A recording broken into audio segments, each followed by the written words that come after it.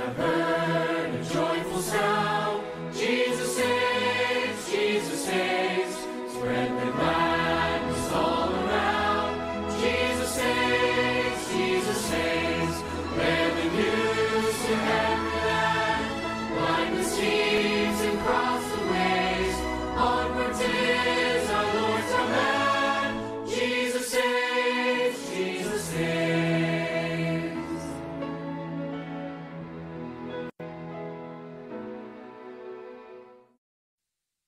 Notre bon Père Céleste, merci d'être avec nous. Merci pour cette journée. Merci pour tous les messages que nous avons entendus depuis vendredi. Sois avec nous en cet instant parce que le message qui va être donné a besoin de toute notre attention. Et que Seigneur, nous puissions comprendre quelle est la largeur, la longueur, la hauteur et la profondeur de ton amour. Sois avec nous, car nous savons que ce qui a été, c'est ce qui se fera, et ce qui se fera, c'est ce qui a été. Sois avec nous, dirige toutes choses en cet instant, et que ton bon esprit soit en nous, dans nos cœurs et dans nos vies. Sois au milieu de nous, par le nom et les mérites de Jésus-Christ, nous t'avons prié. Amen.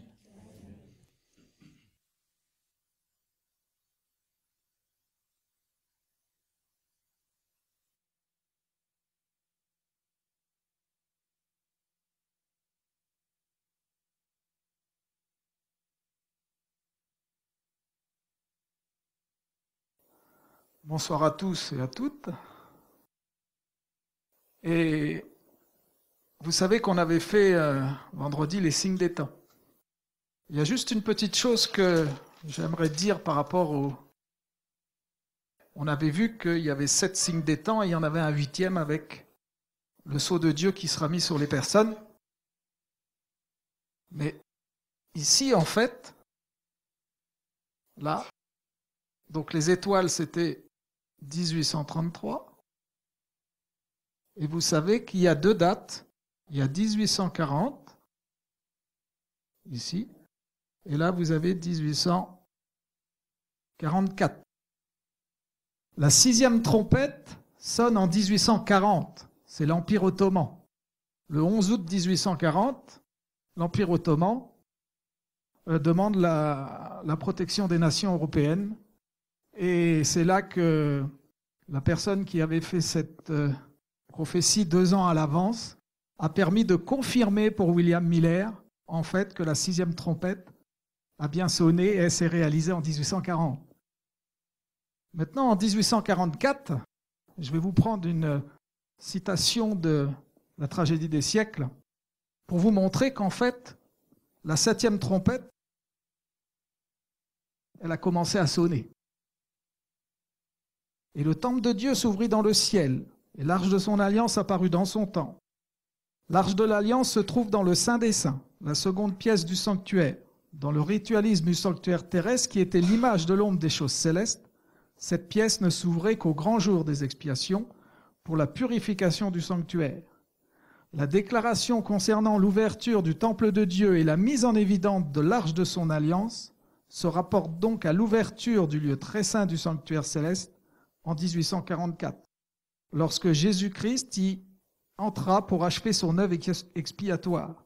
Ceux qui par la foi avaient suivi leur souverain sacrificateur dans le lieu très saint y découvrirent l'arche de son alliance. Et en étudiant le sujet du sanctuaire, ils comprirent le changement survenu dans les fonctions sacerdotales du Sauveur et le contemplèrent plaidant devant l'arche de Dieu les mérites de son sang en faveur des pécheurs. Apocalypse 11 et verset 15.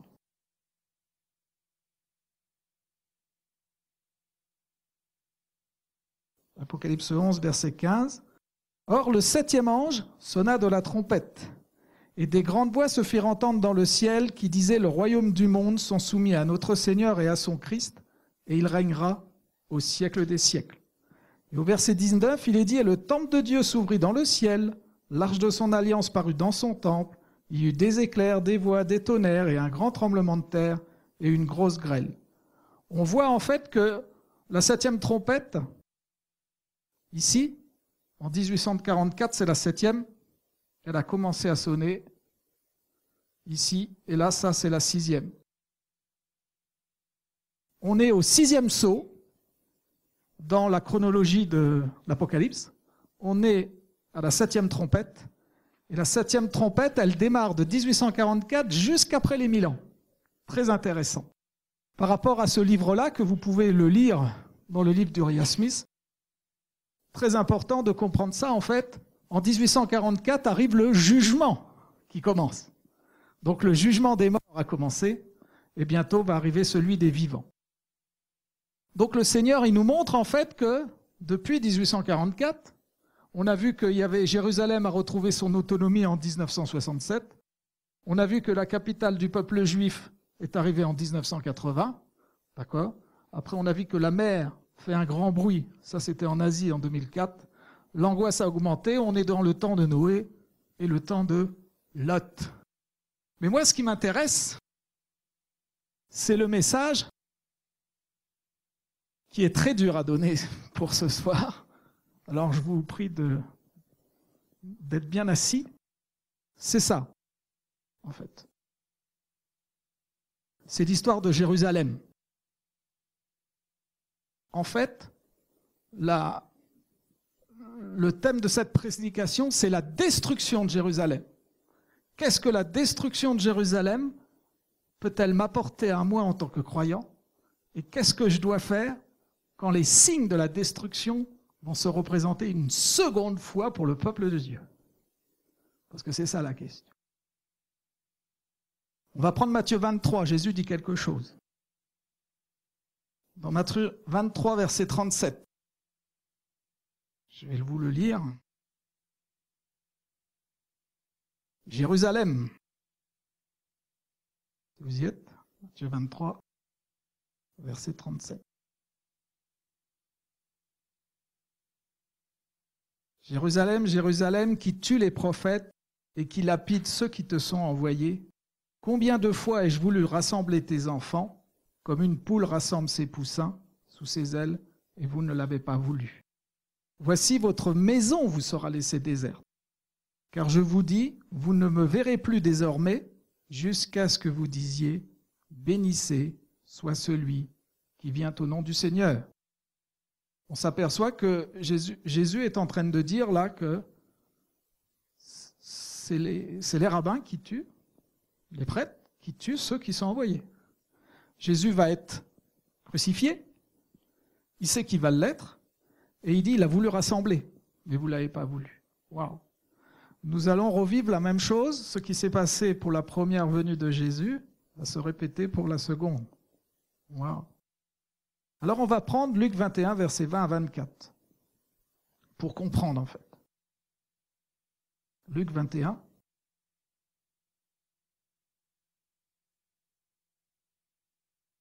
De 20 à 24.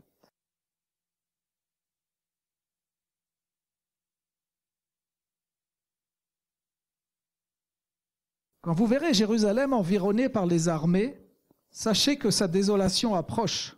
Alors que ceux qui seront dans la Judée s'enfuient aux montagnes, que ceux qui seront au milieu de Jérusalem se retirent, et que ceux qui seront à la campagne ne rentrent point. Car ce seront des jours de châtiment afin que toutes les choses qui ont été écrites s'accomplissent. Malheur aux femmes enceintes et à celles qui allaiteront en ces jours-là, car il y aura une grande calamité sur ce pays et de la colère contre ce peuple.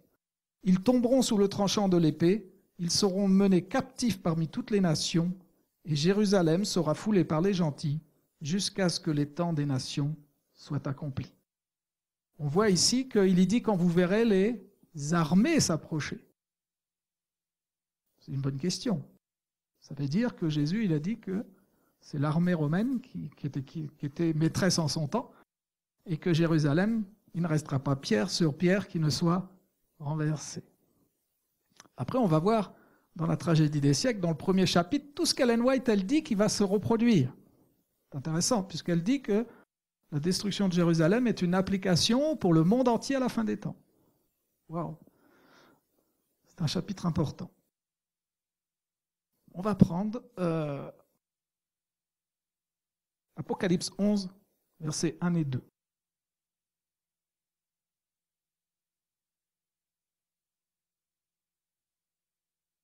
Apocalypse 11, 1 et 2.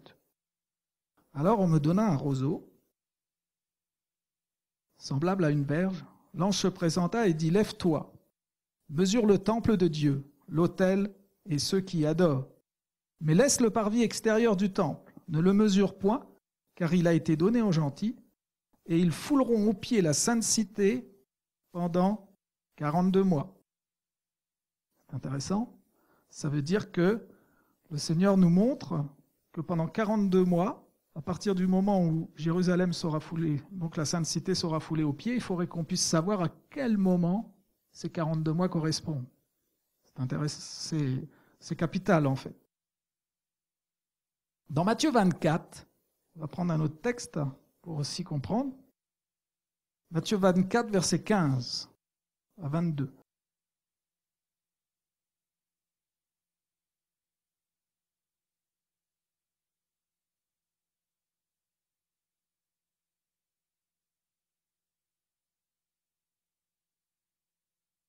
Quand donc vous verrez dans le lieu saint l'abomination de la désolation dont le prophète Daniel a parlé, que celui qui le lit y fasse attention. Alors que ceux qui seront dans la Judée s'enfuient aux montagnes, que celui qui sera du haut de sa maison ne descende point pour emporter quoi que ce soit de sa maison. Et que celui qui est au champ ne retourne point en arrière pour emporter ses habits.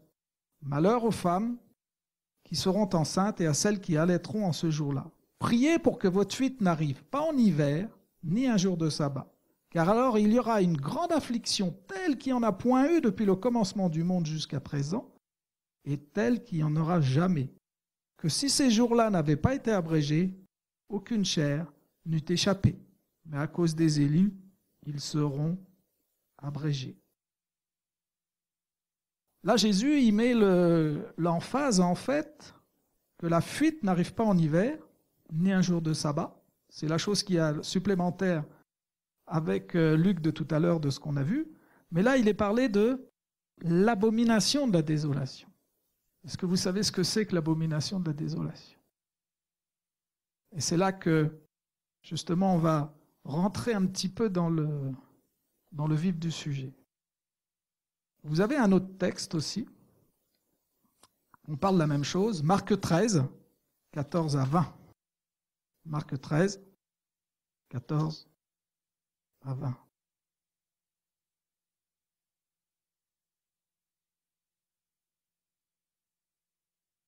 Or, quand vous verrez l'abomination de la désolation,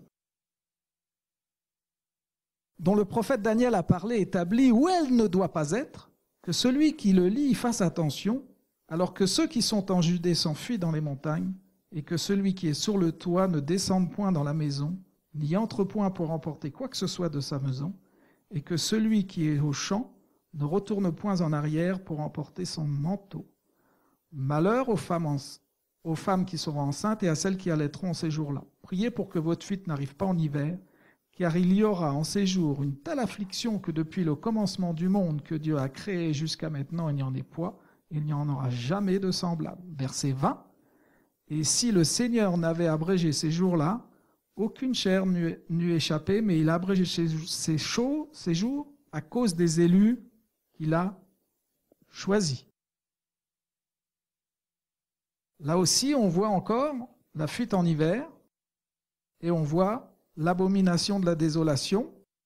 Et il est dit, dont a parlé le prophète Daniel, alors que ceux qui sont dans les montagnes, d'accord, et il est dit, dont a établi là où elle ne doit pas être.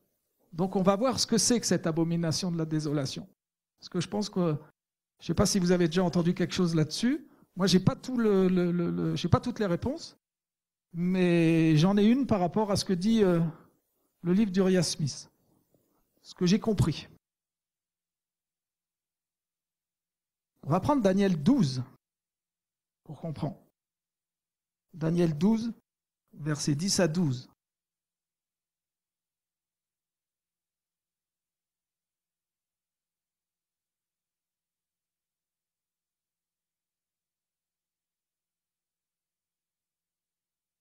Plusieurs seront blanchis, éprouvés, mais les méchants agiront avec méchanceté. et aucun des méchants ne comprendra. Mais les intelligents comprendront.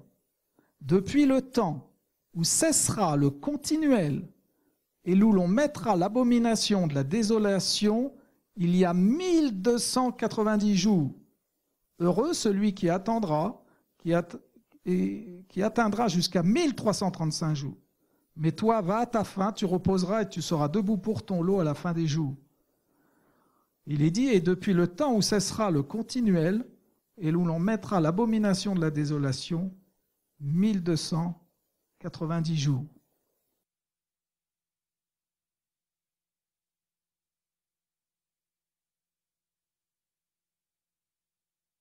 Ici, sur le tableau,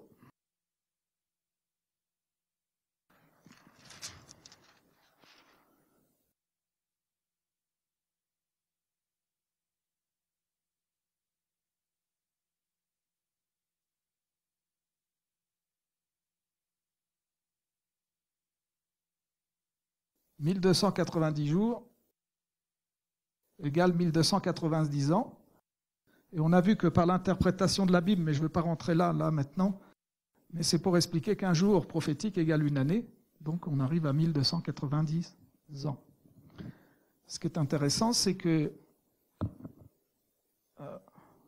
depuis le temps où cessera le perpétuel et où sera dressée l'abomination du dévastateur, il y aura 1290 jours.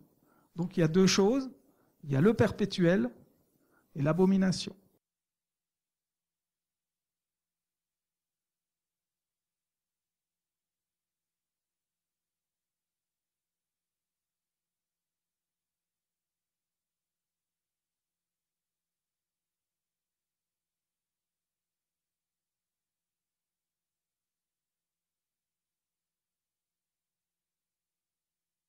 Deux choses. Il y en a une qui va remplacer l'autre. Rome sous ces deux aspects. Le perpétuel fut enlevé par la petite corne. Cette petite corne symbolise Rome dans toute son histoire, c'est-à-dire qu'elle inclut ces deux phases, la païenne et la papale. Donc en fait, le perpétuel, c'est la païenne.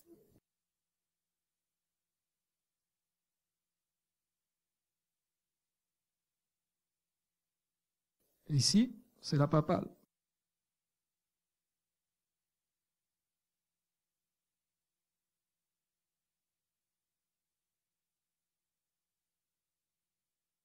Ces deux phases sont mentionnées dans une autre partie comme le continu et le péché dévastateur. Le continu ou désolation signifie la forme païenne et le péché dévastateur la papale. Le continu, la forme païenne, fut enlevée par lui, la forme papale. C'est-à-dire ici qu'il y avait... Il faut comprendre qu'ici, du temps de Clovis, les gens, qu'est-ce qu'ils faisaient? Ils faisaient des... Ici.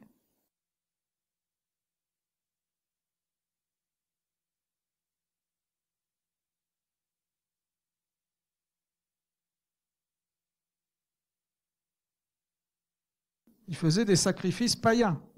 Donc ils offraient des gens en offrande. Vous avez entendu parler de ça. Donc en fait, ils faisaient des sacrifices païens. Mais il est dit que ce sacrifice païen, le perpétuel, il va être enlevé. Et il va être mis par l'abomination papale. Mais qu'est-ce que va faire l'abomination papale? Puisque c'est ça que l'histoire nous dit. Il est dit que la Rome païenne se transforma en la Rome papale. Le lieu de son sanctuaire ou de son culte, la ville de Rome, fut renversé. Le siège de son gouvernement fut transféré par Constantin en 330 de notre ère, et ce transfert est présenté par Apocalypse 13, verset 2. On va le prendre. Apocalypse 13, verset 2.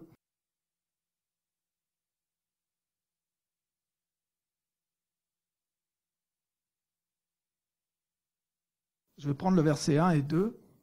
« Et je vis monter de la mer une bête qui avait 7 têtes et 10 cornes, et sur ses cornes 10 diadèmes, et sur ses têtes un nom de blasphème. Et la bête que je vis ressemblait à un léopard.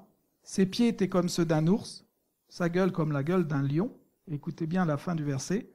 Le dragon lui donna sa force, son trône et un grand pouvoir. Donc il est dit que le dragon, la Rome païenne, donna son pouvoir à la bête, la Rome papale. Donc le transfert de Rome à Constantinople, ça s'est fait en 330. D'accord ? Donc c'est intéressant, ça veut dire que la ville de Rome, après c'est Constantinople. Constantinople, c'est où ? En Turquie.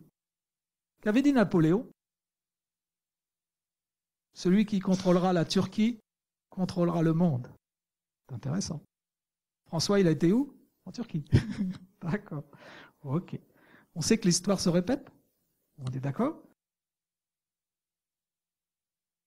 Donc il est dit que la Rome païenne donna son pouvoir à la bête, la Rome papale, la ville de Rome. Ça, c'est dans Daniel d'Uriah Smith, page 68 en français. Mais regardez ce qui va se passer. Si l'histoire se répète, nous devons assister au transfert de la ville de Rome, mais à Jérusalem. Est-ce qu'on a un texte pour ça ? Ça veut dire en fait que ça, c'est pas fait encore. Donc normalement, si Daniel répond à la question, puisque l'Apocalypse et Daniel doivent être mis ensemble, on va prendre ça, Daniel 11, verset 45. Et là, c'est intéressant.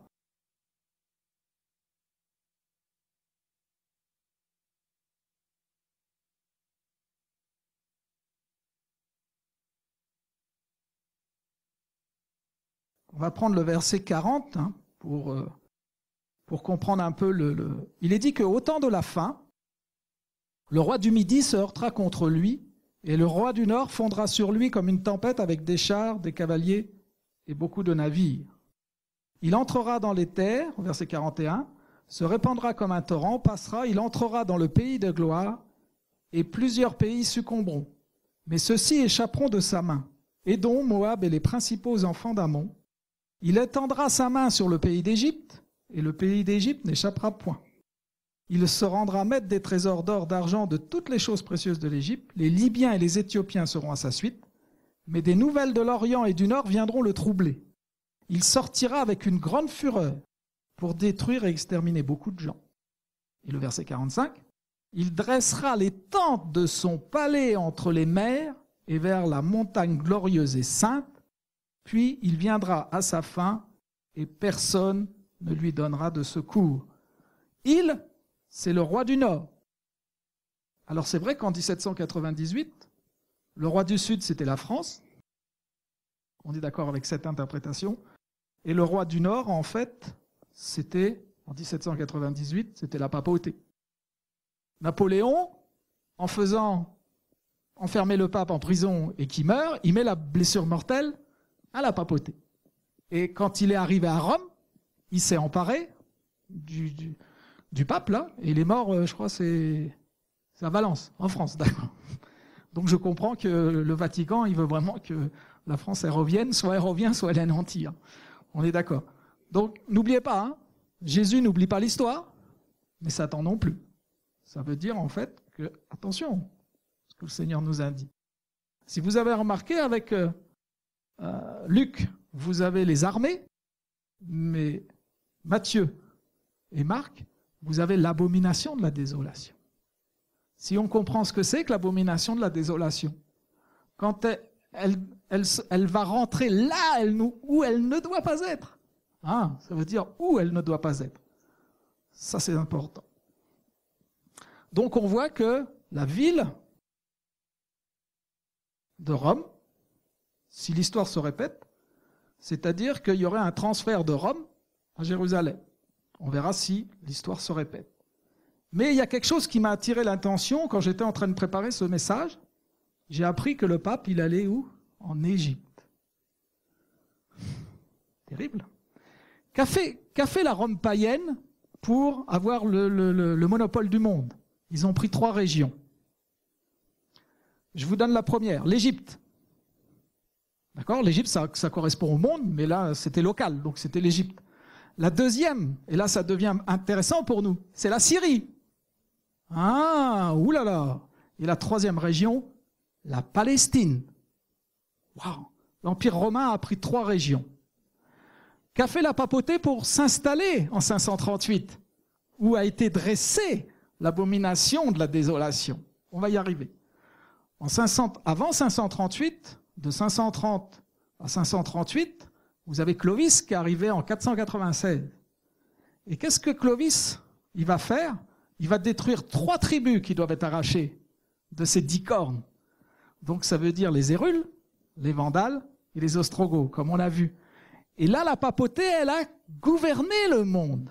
Elle a reçu une lettre, vous avez la lettre, si je ne dis pas de bêtises, c'est Justinien, de cette lettre, comme quoi il était considéré, le pape, comme celui qui régnait sur toute la terre. Alors ça veut dire en fait que 3 provinces ont été prises par Rome et 3 par la papauté, mais par une armée extérieure. On est d'accord. Donc là, que ça veut dire que le pape, lui, connaît l'histoire. L'Égypte, il va en Égypte. Trump tape sur la Syrie. Et puis la première et la troisième chose, ce que veulent faire les protestants. Alors là, je ne sais pas si Dieu fera les choses, mais c'est intéressant de savoir l'histoire. C'est qu'ils veulent aller jusqu'à Jérusalem et faire la construction du 3e temple. On sait que la construction du 3e temple ne se fera pas, puisque l'esprit de prophétie nous l'a dit, il n'y a que 2 temples. Donc ça, c'est intéressant. Par contre, on va continuer et on va voir justement ces fameux 1290 jours. Parce que ça, c'est intéressant pour qu'on puisse comprendre, en fait. Et par rapport à l'Église, on va aussi comprendre quelque chose que ce que c'est, en fait. On ne nous dit pas directement à quel événement aboutissent les 1290 jours. C'est vrai, dans la Bible, il y aura 1290 jours. Mais dans la mesure où son point de départ est signalé par une action qui doit préparer quoi? Le terrain à l'établissement de la papauté. Donc ça veut dire que le départ des 1290 jours nous amène à l'établissement de la papauté.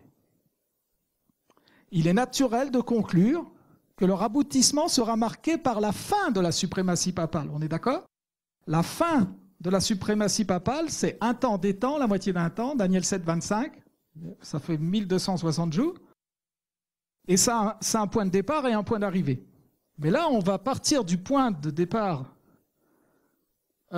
où justement la papauté et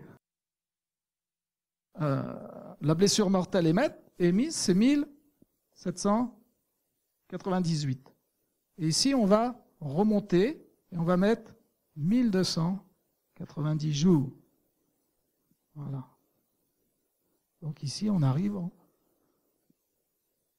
508 avant Jésus-Christ. Après, oui, 508 après, excusez-moi. 508 après Jésus-Christ, puisque ça c'est après. Donc en fait, on voit que là, il y a les 1290 jours arrivent en 508. Cette période est mentionnée sans l'ombre d'un doute pour révéler la date où le continu, c'est-à-dire ce qu'on a vu ici, le perpétuel, soit enlevé.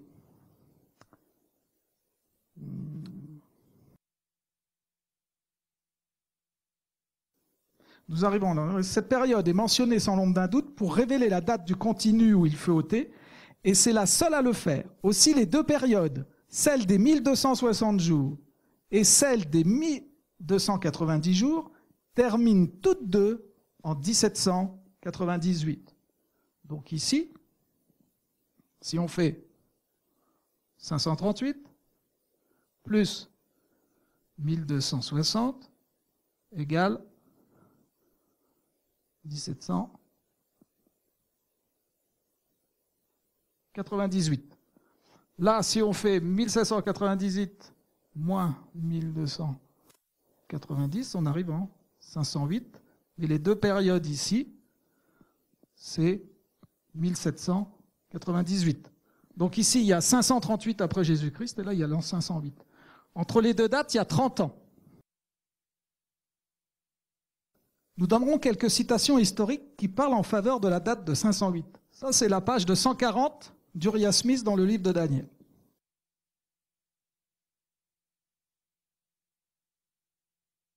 dans le livre de Daniel. Donc c'est la page 140 du livre de Daniel d'Uriah Smith. Le sommet, et ce qui est intéressant, écoutez, parce que c'est là que ça va devenir intéressant, le sommet que Clovis avait atteint en 508 et la signification de ses victoires pour le futur de l'Europe et de l'Église était si important que les historiens ne peuvent s'abstenir de les commenter. Sa conquête ne fut pas temporaire. Le royaume des Goths occidentaux et des Burgondes était devenu le royaume des Francs. Il est certain que les Francs et pas les Goths allaient diriger les futurs desseins de la Gaule, donc la Gaule c'est la France, et l'Allemagne. Ça vous dit pas quelque chose? La France et l'Allemagne. Ça c'est en 508. Intéressant. Et si on continue ce qu'il dit, ils allaient diriger leurs futurs desseins de la Gaule, donc la France et l'Allemagne, et que la foi catholique et pas l'arianisme allait être la religion de ces grands royaumes. Donc le catholicisme va réunir quoi? La France,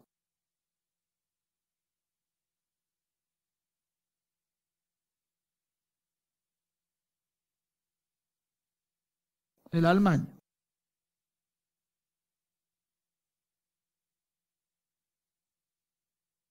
Alors pourquoi réunir ça? N'oubliez pas que ce qui s'est fait, c'est ce qui se fera. Rien de nouveau sous le soleil, comme il est dit.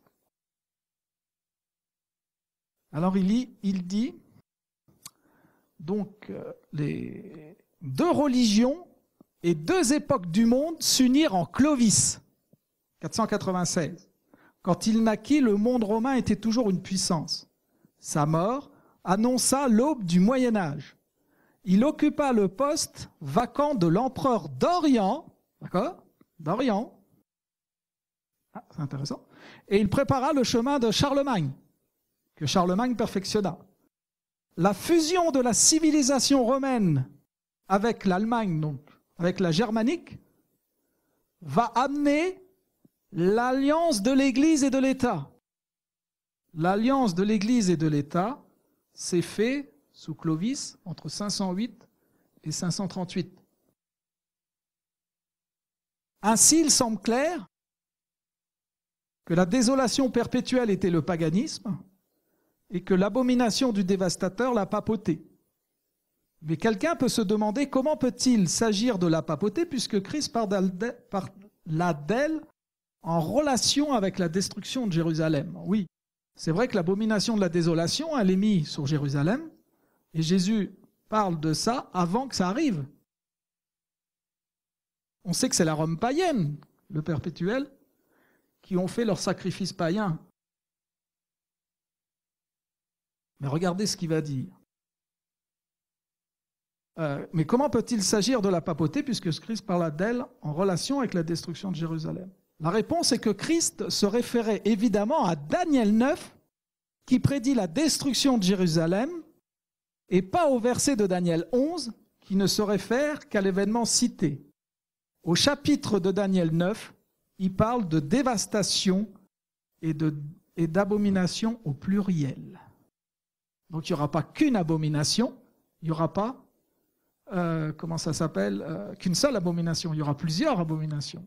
Et vous savez qu'à la fin des temps, là on est rentré dans les abominations, on est d'accord. Mariage pour tous, toutes les choses que Dieu dit dans la Bible, que personne ne pourra rentrer dans la Nouvelle Jérusalem, à celui qui s'adonne à quoi? À l'abomination et au mensonge. Alors, l'abomination papale, c'est quoi? Puisque ça, c'est un sacrifice païen.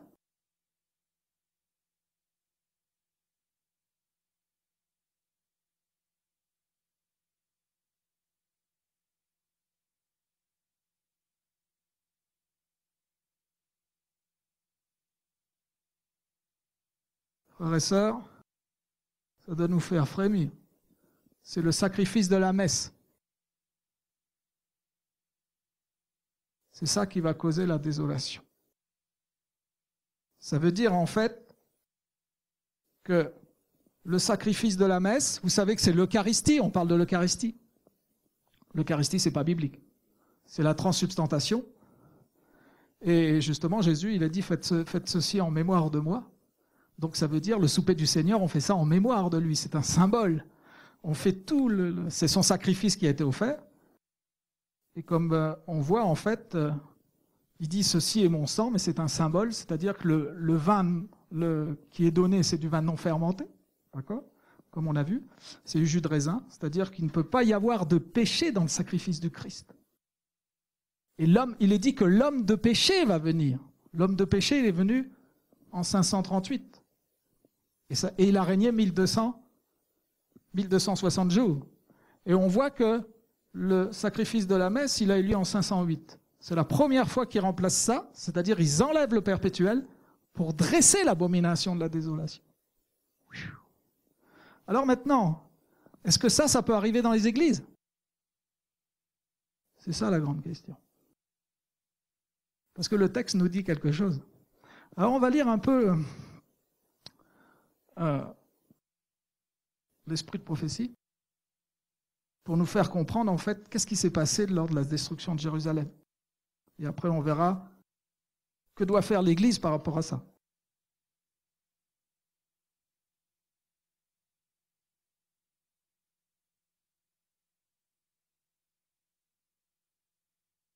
Jésus leur donna une esquisse des événements les plus saillants qui devaient survenir avant la fin des temps. Ça, c'est Tragédie des siècles, premier chapitre, la destruction de Jérusalem, page 26. Ces prédictions, qui ne furent pas alors pleinement comprises, étaient destinées à devenir de plus en plus intelligibles au peuple de Dieu. À mesure que le besoin s'en ferait sentir, l'avenir était miséricordieusement voilé aux disciples. S'ils avaient alors nettement saisi la portée de ces deux événements sinistres, le supplice et la mort du Sauveur, ainsi que la destruction de Jérusalem et du Temple, ils auraient été glacés d'horreur. Or, la prophétie du Maître avait un double sens. Double. Pas qu'un seul sens. Un double. C'est-à-dire, à la fois les armées romaines qui viennent, la forme païenne, mais aussi celle de la papale. Parce qu'on peut s'attendre à la destruction du temple, Jésus l'avait dit. Donc, il ne ment pas. La prophétie s'est réalisée. Mais en fait, on va voir comment l'Église de l'époque a-t-elle trompé un maximum de personnes. Parce que c'est ça la question. Jésus dit quelque chose, mais il faut bien que Satan vienne dire, mais non, ça ne va pas se passer. Dieu est avec nous. Le temple. Imaginez le temple. Et on va voir pourquoi. Elle dit, Ellen White, pourquoi le temple n'a pas été là. Il faut comprendre. C'est pas... Alors elle dit, or la prophétie du Maître avait un double sens. Elle annonçait à la fois la destruction de Jérusalem et les terreurs du grand jour final. Aux disciples attentifs, Jésus annonce les calamités qui vont fondre sur Israël apostat. En particulier, parce qu'il rejette qui? Le Messie, et qu'il se prépare à le crucifier. Terrible. Terrible. C'est-à-dire, en fait, le fait qu'on crucifie le Christ, ça fait quoi? Ça amène la destruction du temple. Wow. Terrible. Terrible. Continue. Aux disciples attentifs. Des signes indiscutables devront annoncer cette catastrophe terrible et soudaine. Aussi le Sauveur donna-t-il à ses disciples cet avertissement. C'est pourquoi lorsque vous verrez l'abomination de la désolation dont a parlé le prophète Daniel, établie en lieu saint, que celui qui lit fasse attention. Alors que ceux qui seront en Judée fuient dans les montagnes, dès que les étendards des Romains se dresseront dans l'enceinte sacrée, qui s'étend à quelque distance des murailles de la ville sainte, les chrétiens devront chercher leur salut dans la fuite. Aussitôt que les signes paraîtront, qu'on se trouvera dans la Judée ou à Jérusalem, il faudra partir sans délai. Ça va être quoi l'ordre pour les adventistes du 7e jour? De quitter les grandes villes. Quand? La loi du dimanche sera votée aux États-Unis. C'est l'ordre pour les adventistes de quitter les grandes villes et d'aller dans les plus petites. Ah, il y a un parallèle là. Important. Ça veut dire en fait qu'on doit être attentif aux signes que l'esprit de prophétie nous donne. Et en plus, on doit être attentif à ce qui se passe, à la fois dans l'Église et dans le monde, puisque on comprend bien que le pape François, il est assis sur les grandes eaux, il veut dominer. Mais on sait qu'il ne sera pas victorieux, mais nous, on va avoir un combat à mener. Et ce combat, il est là. Mais quand ils sont arrivés à Jérusalem, vous savez combien de villes ont été détruites avant d'arriver à Jérusalem? Est-ce que vous connaissez les 3 villes qui ont été détruites? Chorazim, Bethsaïda, Capernaum. 3 villes. Ces 3 villes, Jésus a dit, j'ai prêché, si j'avais prêché dans les autres villes, elles se seraient déjà repenties, mais vous n'êtes pas repentis. Waouh! C'est terrible ce que je dis là. Mon Dieu. Mon Dieu.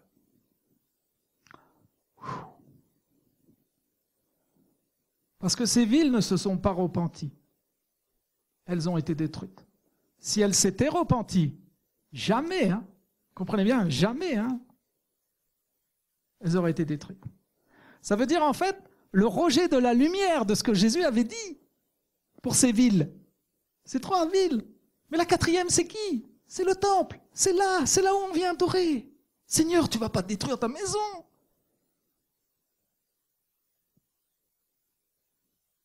Si? Non? Terrible. Avons-nous l'abomination de la désolation dans le temple? Oui.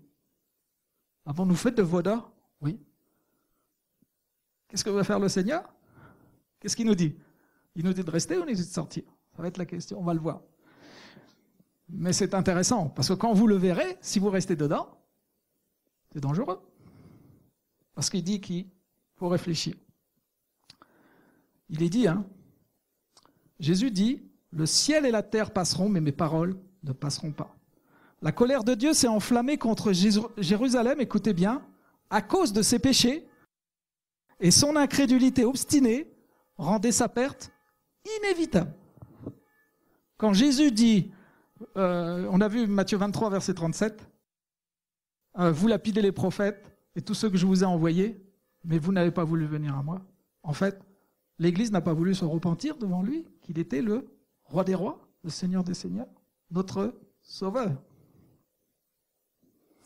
Par le prophète Michée, le Seigneur avait déclaré « Écoutez donc ceux-ci, chefs de la maison de Jacob et princes de la maison d'Israël, vous qui avez en horreur la justice, qui pervertissez tout ce qui est droit, vous qui bâtissez Sion avec le sang et Jérusalem avec l'iniquité. Ces chefs jugent pour des présents, ces sacrificateurs enseignent pour un salaire, ce qu'on se voit en ce moment, et ces prophètes prédisent pour de l'argent. Ils osent s'appuyer sur l'Éternel, ils disent « L'Éternel n'est-il pas au milieu de nous ?» Le malheur de nous atteindra. Ah, waouh! En plus, ils ont crucifié Jésus. Enfin, nous avons crucifié Jésus, puisque nous étions aussi à la croix. C'est pour nous dire que nos péchés crucifient Jésus. Est-ce que Jésus peut venir sauver quelqu'un qui le crucifie, qui le recrucifie, qui le recrucifie? Ça, c'est la grande question, et c'est pour ça que le sanctuaire est là pour enlever l'abomination de nos cœurs, pour qu'on soit pur, trouvé pur devant le Seigneur. Je lis la suite. Ainsi, écoutez bien, les chefs de la nation juive bâtissaient Sion avec le sang et Jérusalem avec l'iniquité. Cependant, au moment où ils mettaient à mort le Sauveur, parce qu'il leur révélait leurs péchés, ils se considéraient dans leur propre justice comme les favoris du ciel et comptaient que Dieu les délivrerait de leurs ennemis. C'est pourquoi, à cause de vous, Sion sera labourée comme un champ, Jérusalem deviendra un monceau de pierre, et la montagne du temple une sommité couverte de bois. Elle prend Luc 13, verset 7 et Michée 3, 12. La miséricorde de Dieu fut merveilleuse envers ceux qui, écoutez bien, qui méprisèrent son évangile et mirent à mort son fils pendant 40 ans. Parce que le Seigneur, il avait dit, le Seigneur différa l'exécution des jugements prononcés sur la ville et sur la nation. Merci Pascal. La parabole du figuier, elle en parle. Intéressant. Écoutez ce qu'elle dit. La parabole du figuier stérile représente sa manière d'agir envers le peuple juif. Cet ordre avait été donné, coupe-le. Pourquoi occupe-t-il la terre inutilement? Mais la bienveillance divine l'épargner encore. Nombreux étaient parmi les Juifs ceux qui ignoraient la nature de l'œuvre du Sauveur. Écoutez, parce que ça, c'est les parents qui ont refusé. Mais écoutez ce qu'elle dit sur les enfants. Écoutez bien. C'est pour ça, Seigneur, pardonne-nous parce que les enfants n'avaient pas eu l'occasion de recevoir les enseignements que leurs parents avaient méprisés. Par l'intermédiaire des apôtres, Dieu fit luire sa lumière sur eux. Ils auraient pu se rendre compte de l'accomplissement des prophéties, non seulement dans la naissance et la vie du Christ, mais aussi dans sa mort et sa résurrection. Ils ne furent pas condamnés pour les péchés de leurs parents, mais parce que, après avoir eu connaissance des lumières confiées à ceux-ci, ils rejetèrent celles qui leur avaient été communiquées. Terrible, terrible, parents, enfants. Ils avaient participé au péché de leurs parents et comblé la mesure de leur iniquité. La longue patience de Dieu envers Jérusalem semblait confirmer les Juifs dans leur impénitence. On est terrible. Terrible parce que je me mets à leur place. C'est moi. Pourquoi le Seigneur attend? Parce qu'on est impénitent. Et si il revenait maintenant, trouverait-il un peuple en entier? Normalement, oui, puisqu'il l'a dit, et on sait qu'il y en aura. Mais l'hécatombe, elle ne devrait pas être si grande, nous, on a plus de lumière, encore, puisqu'on a Jésus, on a les prophéties, on a l'expérience des millérites et tout. Et puis l'expérience de maintenant, avec encore plus de prophéties qui sont devant nous. Écoutez la suite. Les Juifs avaient accepté de faux témoignages contre le Fils de Dieu. Et maintenant, leur vie était constamment menacée par des délateurs. Depuis longtemps, ils avaient dit par leur acte, éloignés de notre présence, le Saint d'Israël. Leur vœu était accompli. C'est-à-dire une nation sans Dieu. Alors une nation sans Dieu, qui prend la place? C'est terrible. La crainte de Dieu ne les retenait plus. Écoutez parce que c'est trop fort cette phrase. Satan, maître des autorités civiles et religieuses, était à la tête de la nation. Est-ce que ce n'est pas ce qui va se passer à la tête du monde? Satan, le pouvoir civil et religieux, sera à la tête du monde. Incroyable. Incroyable. C'est trop fort. Pour affermir leur autorité, ça c'est ce qu'ont fait les chefs. Parmi les chefs des factions ennemies s'étendaient pour piller et torturer leurs malheureuses victimes. Puis ils en venaient aux mains et s'entregorgeaient sans miséricorde. Écoutez, la sainteté même du temple ne mettait aucun frein à leur férocité. Les adorateurs étaient mis à mort. Les adorateurs étaient mis à mort devant l'autel. C'est ça qu'on va arriver dans les églises. Ceux qui vont venir adorer, qui ne sont pas d'accord, c'est ça qu'on va faire. On voit si on prend le 5e sceau, avec les âmes sous l'autel qui crient, c'est ça. Seigneur, jusqu'à quand? Et le sanctuaire était souillé de cadavres. Néanmoins, dans leur présomption aveugle et blasphématoire, les instigateurs de cette œuvre infernale déclaraient hautement qu'ils étaient sans inquiétude sur le sort de Jérusalem, puisqu'elle était quoi? La ville de Dieu. Mais qu'est-ce qu'il avait dit de la ville de Dieu? Frères et sœurs, est-ce que Dieu se contredit? Non. Quand il dit quelque chose, plus c'est Jésus qui l'a dit, donc c'est le Fils de Dieu. Il était devant eux et leur dit, voilà. Ah mon Dieu. Pour affermir leurs autorités, comment ils ont fait pour perdre les gens maintenant? Pour affermir leurs autorités, ils subornèrent de faux prophètes qui, au moment même, écoutez bien, où les légions romaines assiégeaient le temple, proclamèrent que la délivrance divine était imminente. Jusqu'à la fin, la foule demeura convaincue que Dieu interviendrait pour confondre les Romains. Mais, quand il y a un mais, Ellen White met un mais derrière, on a intérêt à faire attention, mais Israël avait méprisé la protection du ciel et se trouvait maintenant sans défense. Malheureuse Jérusalem, déchirée par les factions, elle voyait ses rues arrosées de sang et ses enfants massacrés par ses propres mains, tandis que des armées ennemies abattaient ses fortifications et décimaient ses hommes de guerre. Toutes les prédictions de Jésus relatives à la ruine de Jérusalem s'accomplirent à la lettre. Alors, est-ce que Dieu a averti cette ville? Oui. Vous allez voir que il est dit 7 années avant, donc 70 en 63. On entendit un homme annoncer dans les rues de Jérusalem les malheurs qui allaient fondre sur la ville. Jour et nuit, on l'entendait répéter. Voix du côté de l'Orient, voix du côté de l'Occident, voix du côté des 4 vents, voix contre Jérusalem et contre le temple, voix contre les époux et les épouses, voix contre le peuple. Cet être étrange fut emprisonné, battu de verges. Mais jamais une plainte ne s'échappa de ses lèvres. Sa seule réponse aux injures et aux mauvais traitements était malheur à Jérusalem, malheur à ses habitants. Il ne cessa de faire entendre ses avertissements que lorsqu'il fut tué au cours du siège qu'il avait annoncé. Moi, j'ai un problème. Vous n'avez pas un problème? Si on lit la suite, qu'est-ce qu'il dit? C'était terrible la phrase d'après. Aucun chrétien ne périt dans la ruine de Jérusalem. Était-il chrétien? Je ne sais pas qui il est, ce n'est pas dit. Mais n'oubliez pas, il avait la moitié du message. Il a annoncé la ruine, mais il n'a pas annoncé de sortir de la ville. Je ne sais pas si vous voyez ce qui peut se passer. On peut annoncer la ruine de quelque chose, mais il faut sortir de cette ruine où vous êtes. Parce que sinon, vous n'allez pas y échapper vous-même, puisqu'il a dit que la ville serait détruite. Vous savez qu'Ellen White a fait une prophétie sur les villes. Elle a dit que des milliers de villes allaient disparaître, qu'il y aura des villes qui seront détruites.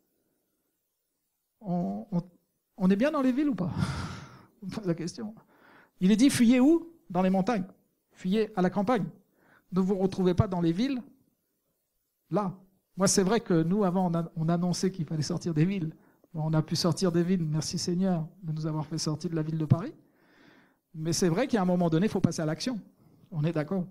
C'est-à-dire qu'il faut protéger sa famille. Et puis, si on veut protéger d'autres personnes lorsqu'elles sortiront des villes, parce qu'il y a des personnes qui ne pourront pas avoir de lieu et qui sortiront de ces villes, mais au moins qu'ils aient des villes de refuge, un petit peu. Donc, Ellen White avait prévu qu'il y aurait des frères, Dieu donnerait des moyens pour qu'il y ait des frères et sœurs qui le fassent. Heureux ces frères que Dieu donne pour qu'il y ait des gens qui puissent aller chez les autres quand les choses arriveront. Surtout pour la loi du dimanche. Les disciples, écoutez bien, qui avaient été avertis furent attentifs aux signes promis. Donc ça veut dire que cet homme, il n'avait pas la lecture des disciples. Il n'avait pas l'évangile reçu de Jésus. Il ne l'a pas entendu. Il a entendu la ruine, mais pas la deuxième partie. Donc, on doit avoir les deux parties. C'est intéressant. Lorsque vous verrez Jérusalem investie par des armées, avait dit Jésus, sachez alors que sa désolation est proche. Alors que ceux qui seront en Judée fuient dans les montagnes, et que ceux qui sont au milieu de Jérusalem en sortent, et que ceux qui seront dans les champs n'entrent pas dans la ville. Une armée romaine placée sous la conduite de Cestius Gallus avait investi Jérusalem. À peine arrivée, alors que tout semblait favoriser une attaque immédiate, elle levait le siège. Les assiégés désespérants du succès parlaient déjà de se rendre quand le général romain battit en retraite sans la moindre raison apparente. Dieu, dans sa miséricorde, combien de temps il a attendu? 40 ans. Il a attendu que les enfants, soit ils acceptaient la lumière, ils auraient été sauvés, imaginez, mais comme ils ont rejeté, et ça c'est Matthieu 22. Matthieu 22. Il leur a dit, Matthieu 22, si vous relisez, la ville sera détruite par un roi parce que vous avez tué le Fils de Dieu. La parabole des vignerons. On ne peut pas faire les choses impunément, ce n'est pas possible. Donc le Seigneur nous appelle à une repentance, pour chacun, pour ceux qui entendront ce message, pour moi-même, parce qu'on doit être le premier concerné. Et l'occasion était donnée aux chrétiens, sur le qui-vive, et à tous ceux qui voulaient obéir à l'ordre du Seigneur. Les choses tournèrent d'une telle façon que ni les Juifs ni les Romains s'opposèrent à leur fuite. Incroyable quand Dieu est avec son peuple. Voyant que l'armée se retirait, les Juifs sortant hors des murs de Jérusalem se précipitèrent à sa poursuite, ce qui donna aux chrétiens l'occasion de quitter la ville. La campagne était également débarrassée des ennemis qui auraient pu leur barrer la route tandis que les Juifs se trouvaient enfermés dans la ville à l'occasion de la fête des tabernacles. La ville a été détruite à la fête des... Pas à Pâques. Pâques, c'est quoi? C'est le sacrifice de Jésus. Vous croyez que Jésus va détruire son temple à Pâques? Ben non, il est venu pour les sauver. Mais comme ils n'ont pas voulu, ben la fête des tabernacles, c'est quoi? C'est une joie d'être avec le Seigneur et nos péchés sont expiés. Ah, puisque vous n'avez pas voulu que ce soit expié, c'est parti. Terrible. Terrible. Tandis que les Juifs se trouvaient enfermés dans cette ville, l'occasion à la fête des tabernacles, les chrétiens purent donc s'enfuir sans être molestés. Ils se réfugièrent en Pérée au-delà du Jourdain dans la ville de Péla. Ça. Alors, Titus, puisque Titus il a pris cette ville, ne réussit pas à sauver le temple. Un plus grand que lui avait déclaré qu'il n'en resterait pas pierre sur pierre, qu'il ne soit renversé. Titus voulait sauver le temple. Hein. Quand vous lisez, là je ne veux pas vous lire toute la tragédie du chapitre, mais il voulait sauver le temple. Mais qu'avait dit Jésus? Il n'en restera pas pierre sur pierre. En fait, ce n'est pas Dieu qui est dur, c'est nous qui sommes durs. Elle met ici, la destruction de Jérusalem est un avertissement solennel à l'adresse de tous ceux qui restent sourds aux offres de la grâce divine et qui résistent au tendre appel de sa miséricorde. Jamais on ne vit un tendre appel de sa miséricorde. Jamais on ne vit témoignage plus décisif de la haine de Dieu pour le péché et de la certitude du châtiment qui fondra un jour sur les coupables. La prophétie du Seigneur touchant Jérusalem, page 37, doit avoir un autre accomplissement dont ce néfaste événement n'est qu'une pâle image. Combien il y a eu de morts? 1 million de morts pour une ville de l'époque. C'est grand, hein, quand même. D'accord? Dans le triste sort de la cité élue, il faut lire ce qui arrivera à un monde, écoutez bien, qui a rejeté la miséricorde de Dieu et foulé aux pieds sa loi, donc les 10 commandements, et tout ce que Jésus nous a ordonné de faire. Heureux serez-vous pourvu que vous le pratiquiez. Sombre est le tableau des souffrances de notre terre, a été le témoin au cours de ces longs siècles de crimes, à contempler les conséquences de la réjection de l'autorité du ciel. Le cœur se serre et l'esprit se trouble, mais une selle plus lugubre encore est cachée dans l'avenir. La longue procession des tumultes, de conflits, de révolutions dans les annales du passé sont faites et peu de choses en regard des terreurs du jour de Dieu, jour où l'esprit, renonçant à son rôle protecteur, abandonnera entièrement les pécheurs à l'explosion des passions et de la fureur humaine diabolique, alors comme jamais auparavant le monde contemplera les résultats du règne de Satan sur les hommes. Je rajoute ça sur les hommes, puisqu'en fait, il règne sur nous à partir du moment où Christ ne règne plus, c'est lui qui va régner, et forcément ça va exploser. En ces jours-là, comme lors de la destruction de Jérusalem, le peuple de Dieu, tous ceux qui se trouveront inscrits où? Dans le livre, seront délivrés.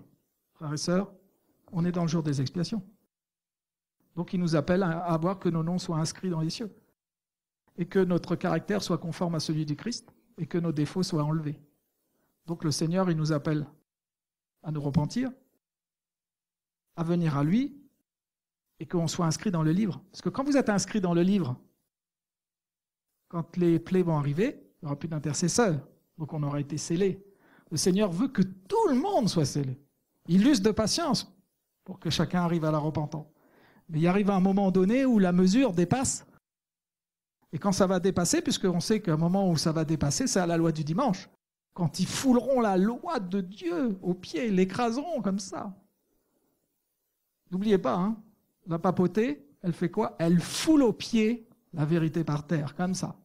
Elle a foulé les chrétiens pendant 1260 années. Je vous pose la question, pourquoi si longtemps?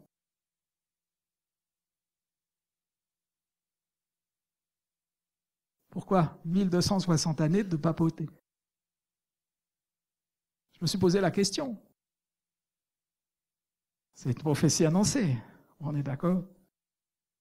Mais le Seigneur encore, il veut nous montrer que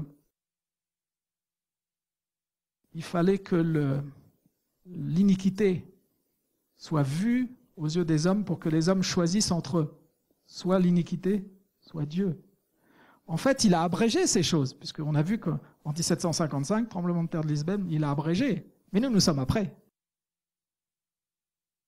Donc on voit que toute chose concourt au bien de ceux qui aiment l'Éternel. Il est dit, Jésus l'a promis, il reviendra pour prendre les siens avec lui. Toutes les tribus de la terre se lamenteront, elles verront le Fils de l'homme venant sur les nuées du ciel avec puissance et une grande gloire. Il enverra ses anges avec la trompette retentissante, ils rassembleront ses élus des 4 vents depuis une extrémité des cieux jusqu'à l'autre. Alors ceux qui ne connaissent pas Dieu, écoutez bien, et ceux qui n'obéissent pas à l'Évangile seront détruits par le souffle de sa bouche et anéantis par l'éclat de son avènement. Comme l'ancien Israël, les méchants se détruisent eux-mêmes. Ils sont victimes de leur iniquité. Une vie de péché les aura tellement éloignés de Dieu et dégradés que la manifestation de sa gloire sera pour eux un feu consumant. Elle dit, prenons garde à ne pas négliger l'enseignement contenu dans les paroles du Sauveur. De même que Jésus avertit ses disciples de la destruction de Jérusalem et que pour leur permettre d'y échapper, il leur en annonça les présages certains. Il a aussi averti le monde de sa destruction. Il nous a donné des signes de l'approche de ce grand jour, afin que tous ceux qui veulent puissent échapper à la colère à venir. Il y a, dit Jésus, des signes dans le soleil, dans la lune et dans les étoiles, et sur la terre il y aura de l'angoisse chez les nations qui ne sauront que faire au bruit de la mer et des flots. Il a voulu que les témoins des signes avant-coureurs de sa venue sachent qu'elle est proche à la porte. Veillez donc, telle est son exhortation. Ceux qui prennent garde à cet avertissement ne seront pas laissés dans les ténèbres pour que ce jour-là les prenne au dépourvu. Mais pour ceux qui ne veillent pas, le jour du Seigneur viendra comme un voleur dans la nuit. C'est tout ce qu'on a vu jusqu'à présent de tous les prédicateurs qui sont passés ici. C'est ce qu'on a vu. Le monde aujourd'hui n'est pas mieux préparé à recevoir le message pour notre temps que les Juifs ne le furent à accueillir l'avertissement du Seigneur concernant Jérusalem. Alors maintenant, si on transforme la phrase, les adventistes du 7e jour ne sont pas mieux préparés à recevoir l'avertissement que le Seigneur a donné à ceux qui sont à la fin. Terrible. Si on fait ça, si on se l'applique. Parce qu'à un moment donné, il faut que l'application puisse nous dire, Seigneur, mais où je suis dans l'histoire? Il a voulu que les témoins, c'est ça, veillez, telle est son exhortation. Ceux qui prennent garde à cet avertissement ne seront pas laissés dans les ténèbres pour que ces jours-là les prennent au dépourvu. Merci Nicolas, pour que tu nous as montré pour François. On ne sera pas pris au dépourvu. Parce que quand on connaît quelque chose, on ne peut pas le garder pour soi. Ce n'est pas possible. Vous imaginez que là, on est dans cette ville, mais que toute cette ville est entendue et qu'elle se repente. Ce serait extraordinaire. Que d'autres villes se repentent. Que le message se porte au loin et que le Seigneur dise « Non, je retarde encore. Il y a encore des gens à Celle-Île. » Amen. Parce que c'est ce qu'il veut. Il veut pas qu'on en arrive à ces... Et il dit, le jour du Seigneur viendra comme un voleur. À quel moment qu'il survienne, le jour du Seigneur prendra les méchants au dépourvu. Regardez bien, les méchants seulement. La vie suivra son cours ordinaire. Les hommes seront absorbés par leurs affaires, par leur commerce et par l'amour de l'argent. Les conducteurs de la pensée religieuse exalteront les progrès et les lumières des siècles. Et les masses, c'est terrible, seront bercées dans une fausse sécurité. Alors tel un voleur qui pénètre à minuit dans une demeure mal gardée, une ruine soudaine surprendra les inconscients et les impies, et ils n'échapperont pas. Ça, c'est pour Jérusalem. Maintenant, puisqu'il faut mettre le livre de Daniel avec le livre de l'Apocalypse, il y a quelque chose qui est, je vous donne juste la fin, quelque chose qui est encore un petit peu plus terrifiant pour nous. Parce qu'il faut comprendre aussi la Bible. Voici ce qu'il dit sur le 4e sceau. Ça, c'est Uriah Smith qui parle. Donc là, il parle du 4e sceau, le 4e cheval. Le cheval livide, le pâle. La couleur de ce cheval est remarquable. Le mot dénote l'origine, la couleur pâle et jaunâtre, qui se voit sur les plantes fanées ou malades.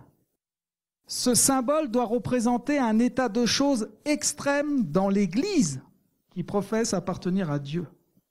Le cavalier qui montait ce cheval s'appelait la mort et le séjour des morts. Le suivait. La mortalité était si grande à cette période qu'il semblait que les pâles nations des morts étaient venues sur la terre et étaient suivies de ce pouvoir ravageur. Écoutez ce qu'il dit pour le 4e cheval. Il est difficile de se tromper sur l'époque couverte par ce sceau. Il doit s'agir de celle où le pape exerçait sa domination persécutrice sans restriction, plus ou moins à partir de l'année 538, jusqu'au moment où les réformateurs commencèrent à dévoiler les corruptions du système papal. Le pouvoir leur fut donné, c'est-à-dire un pouvoir personnifié par la mort assis sur le cheval pâle, à savoir la papauté. Par la 4e partie de la terre, on comprend sans l'ombre d'un doute le territoire sur lequel le pouvoir avait juridiction. Écoutez bien, l'épée, la famine et la mortalité, c'est-à-dire ce qui provoque les morts, comme les outrages ou la torture, et les bêtes de la terre sont des images qui représentent les moyens par lesquels des millions de martyrs furent mis à mort. Alors je ne sais pas s'il y a une partie qui a été enlevée. Je me pose des questions. Parce que quand j'ai cherché, donc ça concerne la papauté. Mais il est dit aussi que l'histoire de Jérusalem, puisqu'il y a eu Jérusalem, après on a vu que la Rome païenne, elle avait dominé sur Jérusalem, et on voit que la papale va redominer aussi. Donc on a vu que le sacrifice de la messe, et c'est ça, je finirai sur ça, on va comprendre que quand on verra ça, il y a quelque chose à faire et on ne doit pas rester neutre. Oui, c'est ça. Donc je vais vous prendre quelque chose pour comprendre. Voilà. Quand on fait du texte où on voit qu'il y a quatre manifestations, les bêtes sauvages, la peste, la famine et la mortalité. 4 choses. Alors ces 4 choses, elles s'énumèrent toujours à quelque chose. Et on sait que le passé nous dit qu'il va se venir dans l'avenir. Jérémie 30, est-ce qu'on peut le prendre, Jérémie 30, versets 6 à 9? On va prendre déjà Jérémie 30. 6. Jérémie 30.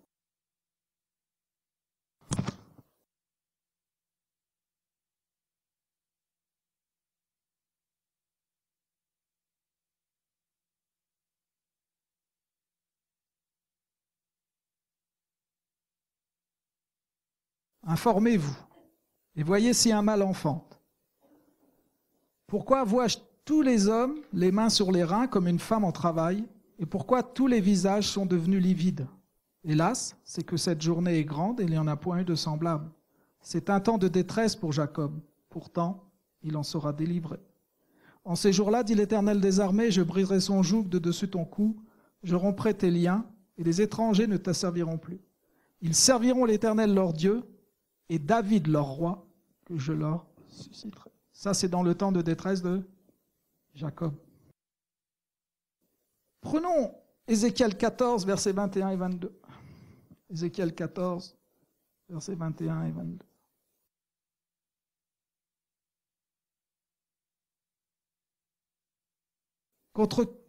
Contre qui va être ces châtiments?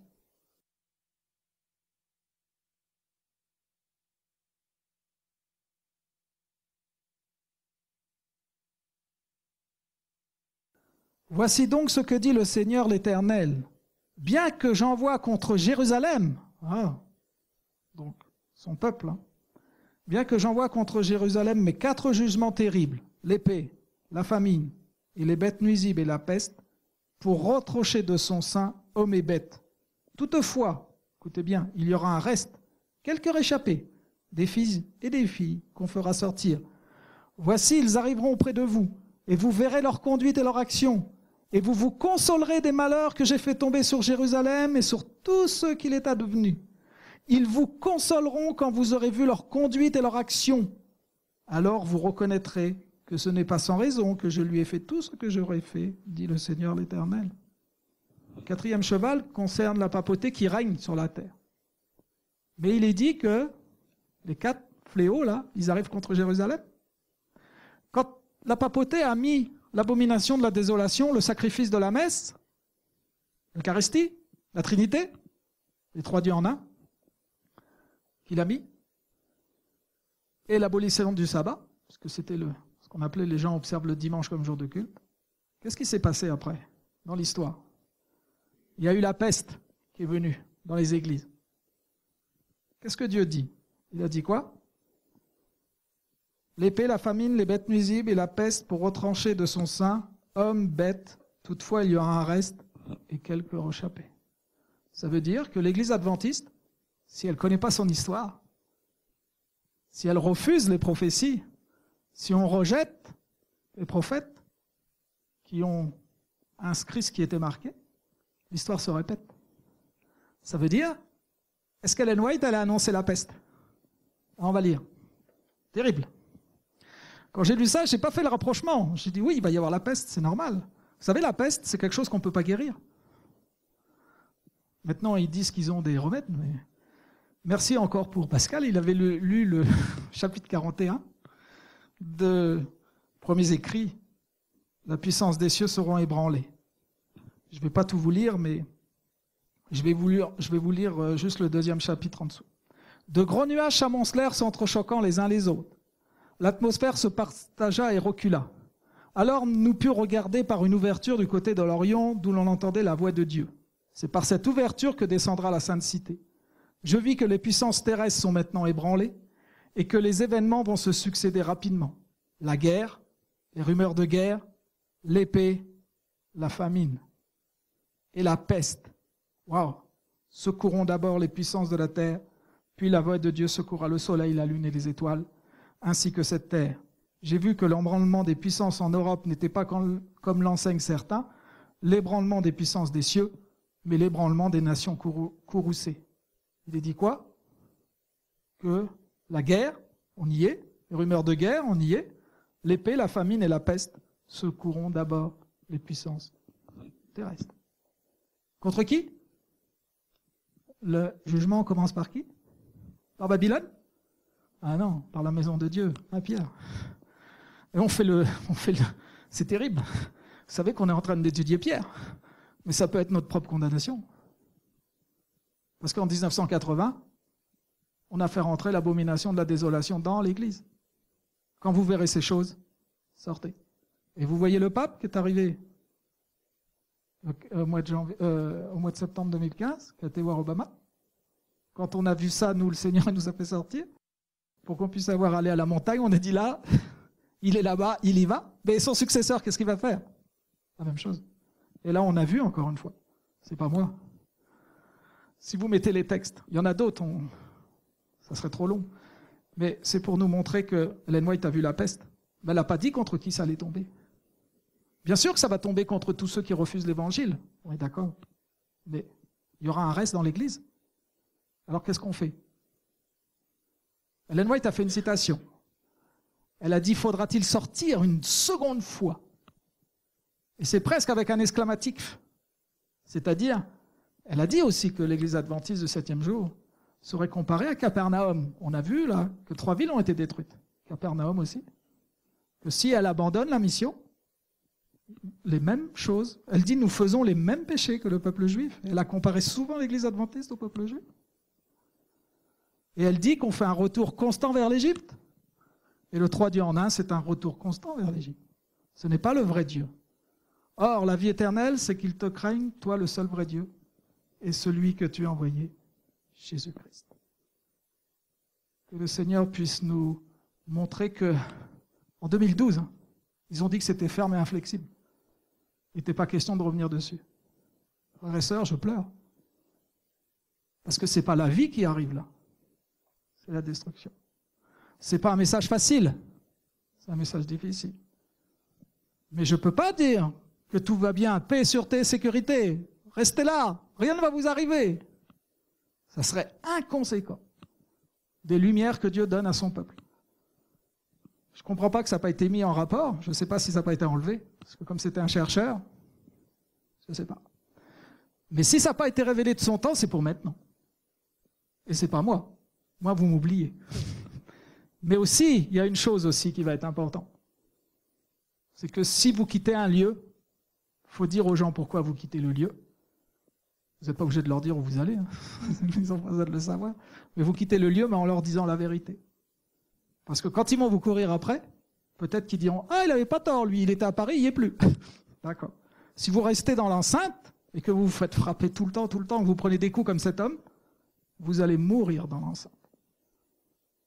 Vous voulez mourir au retour du Christ quand il revient, en train d'être battu? Ou vous voulez être avec le Seigneur dans les airs parce que vous aurez bien compris les deux messages qu'il avait.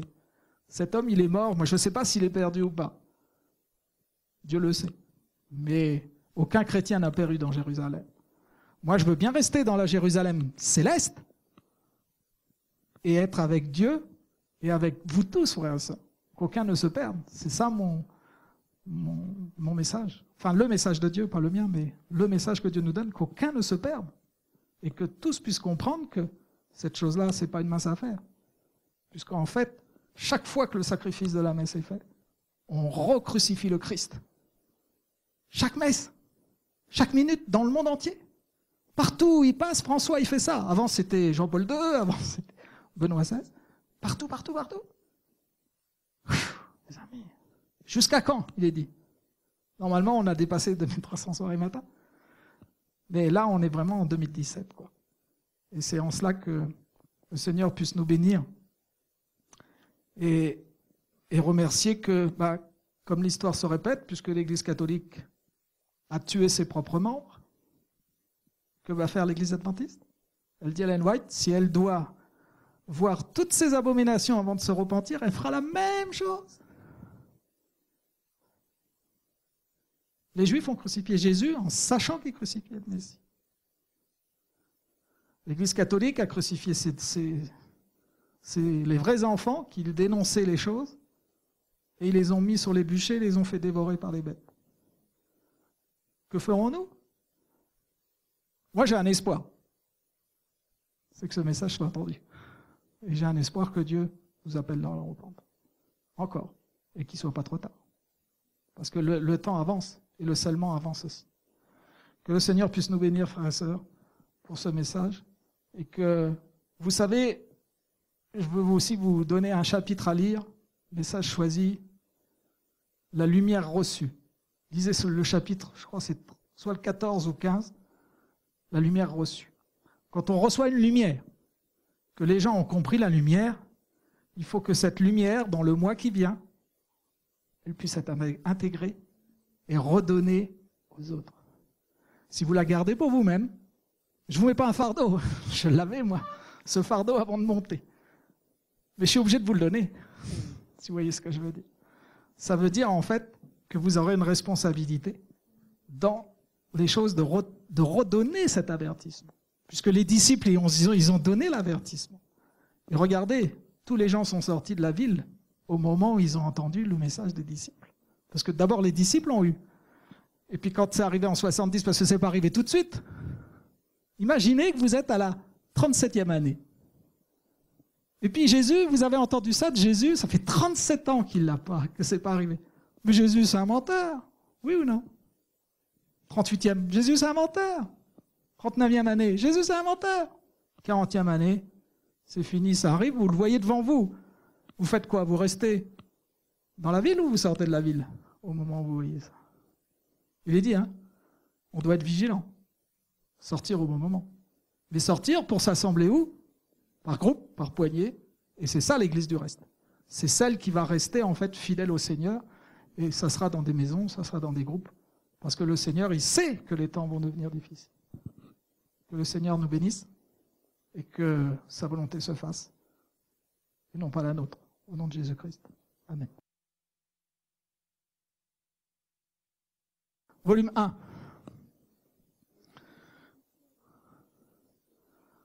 La lumière reçue, je crois.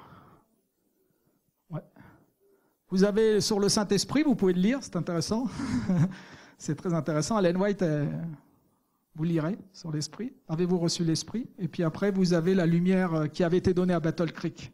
Et elle parle de cette lumière que les gens ont reçue. Parce qu'il y a un réveil qui s'est produit en 1892 et 13. Un réveil s'est produit. Et après, l'Église est tombée dans les ténèbres. Il y a eu 1902. L'Église est tombée dans les ténèbres, frères et sœurs. Il y a eu 1902. C'est jamais dû. Quand il y a un message de réveil comme on a eu là, Seigneur, je suis petit parce que j'ai beaucoup de choses à retransmettre. À la fois sur l'alimentation, à la fois sur beaucoup de choses. Et que le Seigneur puisse nous trouver dignes, en fait. De dire, au lieu de me dire, je ne te connais pas, viens et fidèle serviteur, tu es fidèle en peu de choses et rentre dans la joie de ton maître. Je voudrais finir avec une chose parce que je ne veux pas laisser les personnes sur quelque chose de triste. Voilà, pour finir. Dans Apocalypse 21, il est dit quelque chose. Et ça, c'est pour avoir une note d'espérance.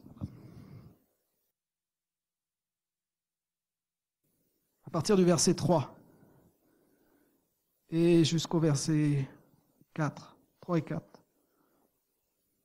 jusqu'au 7. Allez, on va aller jusqu'au 7. J'entendis une grande voix du ciel, Apocalypse 21, qui disait, « Voici le tabernacle de Dieu avec les hommes. Il habitera avec eux, ils seront son peuple, et Dieu sera lui-même avec eux. Il sera leur Dieu. Dieu essuiera toute larme de leurs yeux. La mort ne sera plus, il n'y aura plus ni deuil, ni cri, ni travail, car les premières choses sont passées. Et celui qui était assis sur le trône dit, « Voici, je fais toutes choses nouvelles. » Pour tous ceux qui entendent ce message. Puis il me dit, « Écris ces paroles, car elles sont véritables et certaines. » Et il me dit, « C'en est fait. Je suis l'alpha, l'oméga, le commencement et la fin. Et je donnerai gratuitement de la source d'eau vive à celui qui a soif. Celui qui vaincra héritera toutes choses. Je serai son Dieu, et il sera mon fils. » Amen. Que nous puissions être dans la Nouvelle Jérusalem.